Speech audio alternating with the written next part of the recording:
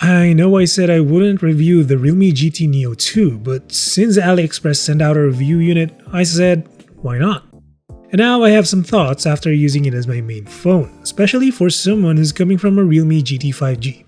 I'm glad I accepted their invitation to review this device because, honestly speaking, I think this is the best GT phone out of the current GT series.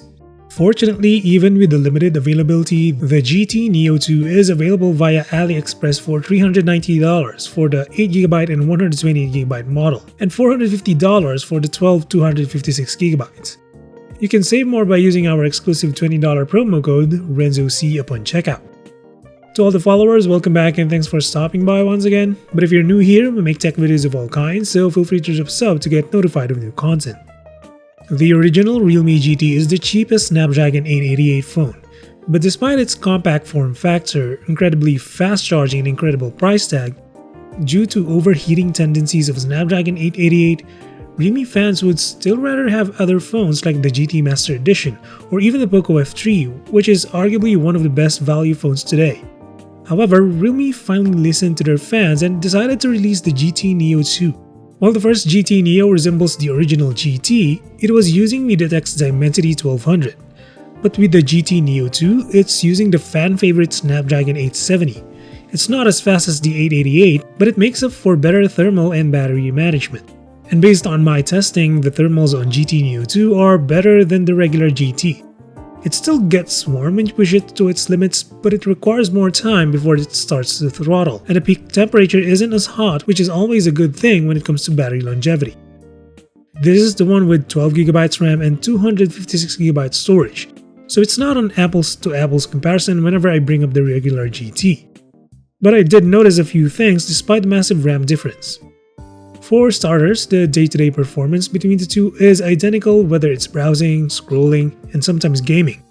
Because the GT Neo 2 had the larger RAM, I thought it was going to perform better in multitasking, but I found out in one instance where I put an active gaming app in the foreground while doing something else, the regular GT managed to keep its refresh rate at 120Hz, while the GT Neo 2 was struggling to maintain 60Hz.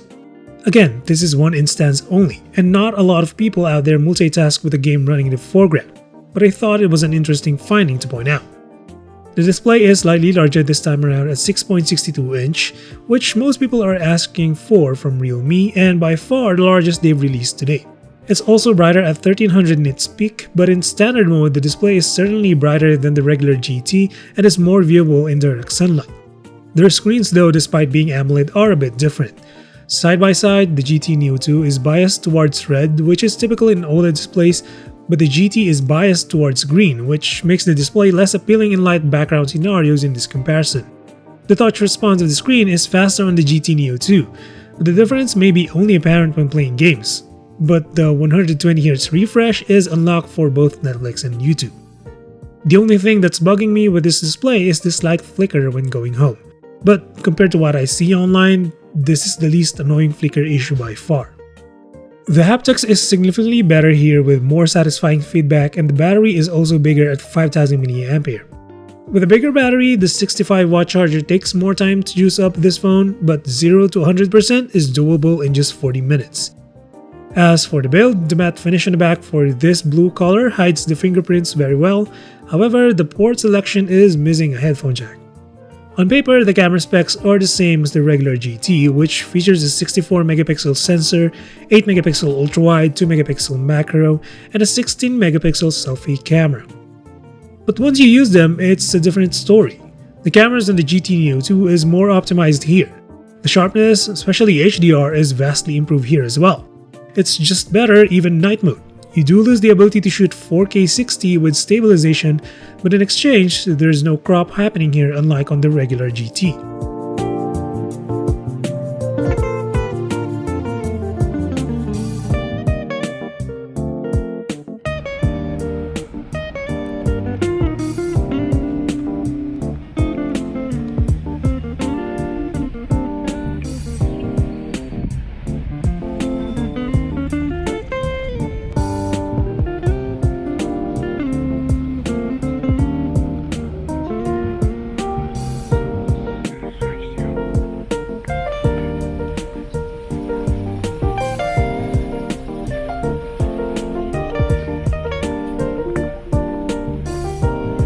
When it comes to software, Realme added a few features here and there despite sticking with Android 11.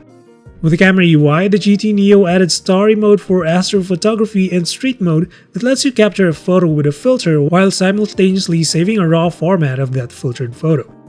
Realme added PC Connect to sync your notifications, files, and clipboard with a connected PC, and it requires installing PC Connect on your PC, but when I tried doing it, PC Connect didn't let me complete the installation due to old drivers despite using the latest ones. Also, remember GT mode? It now has a dedicated section in the battery settings. I still think it's a gimmick, but it's good to see to have more controls for the user rather than having one toggle that doesn't provide any additional information. As for the battery of the GT Neo 2, it's been really impressive. I've been getting 7 to 8 hours of screen time, including 4 hours of gaming on the Nintendo DS emulator. It's just a longevity monster. Realme also brought the theme store on this model, something the regular GT is missing right now, but I think that the upcoming Android 12 would be able to fix that.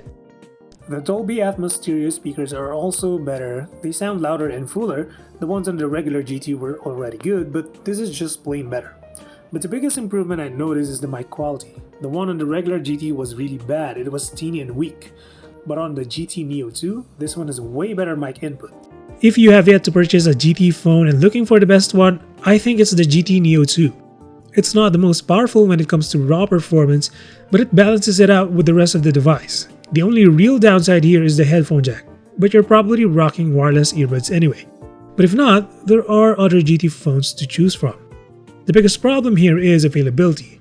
This phone was launched only in India, China, Europe, Thailand, and Malaysia. If your country, like mine, the Philippines, is not selling the GT Neo 2 locally, you can order one from AliExpress. As I said, the links to their store and this phone are already in the description box. As of the making of this video, the base model costs $390 while the top model is nearly $450. With shipping, the final price will go up, but I highly suggest using our exclusive promo code to get $20 off. The code is effective starting December 15th until April 30th of next year, so you have a lot of time to save and think. That's it, drop a sub or like if you feel supporting the channel, and until the next one, stay safe.